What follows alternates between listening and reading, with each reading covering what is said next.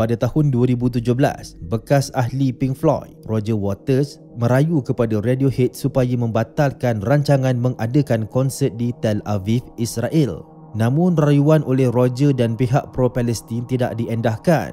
Malah, vokalis Radiohead, Tom York, menyelar pihak pro-Palestin, terutamanya Roger. Beliau beranggapan saranan itu sangat mengecewakan, ofensif dan membazir kudrat. Menurut Tom, Radiohead sedar apa yang sedang berlaku di negara itu. Malah gitarisnya, Jonny Greenwood, mempunyai isteri berwarga negara Israel berketurunan Arab. Dalam kenyataan balas, Roger mendakwa Tom sengaja mengelak daripada bersemuka dengan rakan pro-Palestin. Menurut Roger, pihak yang cuba menasihati Radiohead terdiri daripada aktivis veteran daripada pelbagai latar belakang, antaranya Archbishop Desmond Tutu dari Afrika Selatan yang pernah berjuang bersama-sama mendiang Nelson Mandela. Roger turut menganggap apa yang dilakukan oleh Tom seakan meremehkan kredibiliti aktivis berpengalaman dalam isu kemanusiaan. Beliau menggelar Tom sebagai seorang yang obses dengan diri sendiri, narsisis dan picisan yang lemah. Kerana apabila mereka berkomunikasi melalui email, Tom hanya membalas dengan jawapan sarkastik dan enggan berbicara secara serius. George Roger Waters merupakan bekas ahli Pink Floyd merangkap pengasas kumpulan itu. Peranan seminal Roger sebagai penulis lirik, vokalis dan pemain bass Pink Floyd telah mengangkat band psychedelic itu sebagai salah satu the greatest band of all time, sebaris dengan The Beatles dan The Rolling Stones. Roger merupakan penulis lirik hampir setiap lagu dalam album-album terhebat Pink Floyd seperti The Dark Side of the Moon, Wish You Were Here, Animals dan The Wall. Roger bagaimanapun telah mengundurkan diri daripada Pink Floyd pada tahun 1985 selepas berlaku konflik berterusan antaranya dengan gitaris David Gilmour. Sejak bersama Pink Floyd, Roger sudah banyak menghasilkan karya berteraskan anti-perang, anti-fasis dan isu-isu kemanusiaan. Beliau mula menyokong perjuangan Palestin pada tahun 2006 selepas mendapat pendedahan secara terus. Pada tahun itu, Roger dihubungi oleh pihak pro-Palestin supaya membatalkan persembahannya di ibu negeri Israel, Tel Aviv.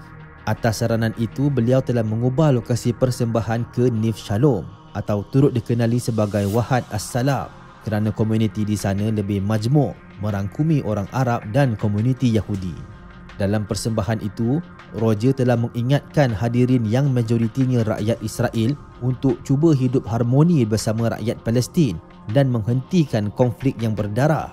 Namun respon daripada penonton sangat hambar, malah mereka kelihatan bingung dengan ucapan sebegitu. Setahun kemudian, Roger sekali lagi kembali ke Palestin Israel setelah dipelawa oleh pihak pro-Palestin.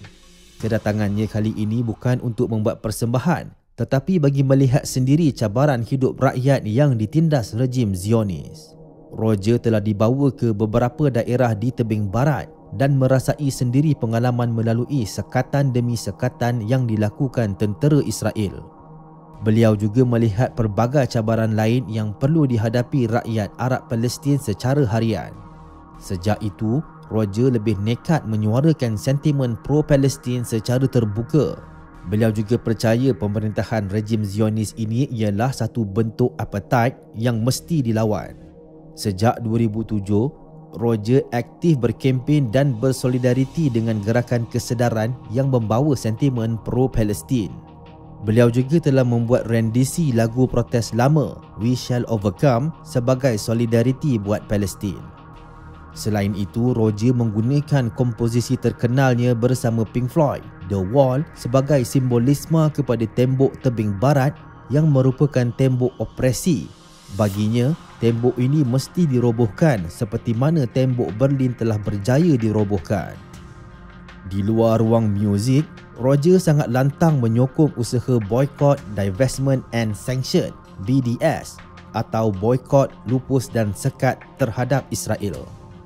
Kelantangan Roger dalam isu Palestin menyebabkan beliau menjadi sasaran pelobi Zionis. Mereka sering melabelnya sebagai anti-Semitik dan sering menyelarnya di media arus perdana. Tetapi Roger kekal dengan pendiriannya. Walaupun telah berusia 80 tahun, Roger masih kuat menyuarakan isu-isu kemanusiaan dan kekal bersolidariti bersama perjuangan pembebasan Palestin. So